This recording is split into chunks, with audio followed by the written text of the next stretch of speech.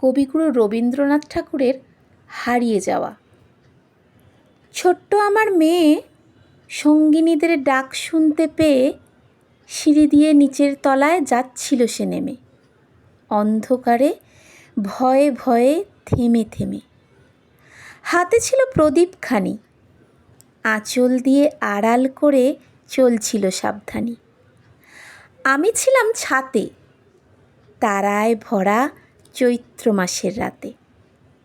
হঠাৎ মেয়ের কান্না শুনে উঠে দেখতে গেলেম ছুটে।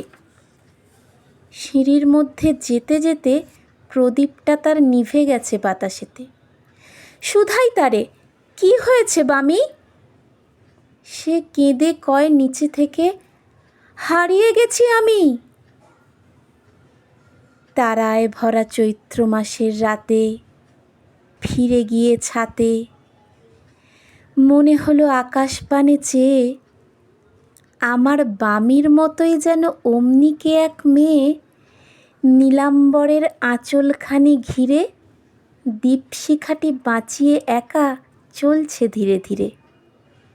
নিপ্ত যদি আলো, যদি হঠাৎ যেত থামি, আকাশ ভরে উঠত কেঁদে, হারিয়ে গেছি আমি।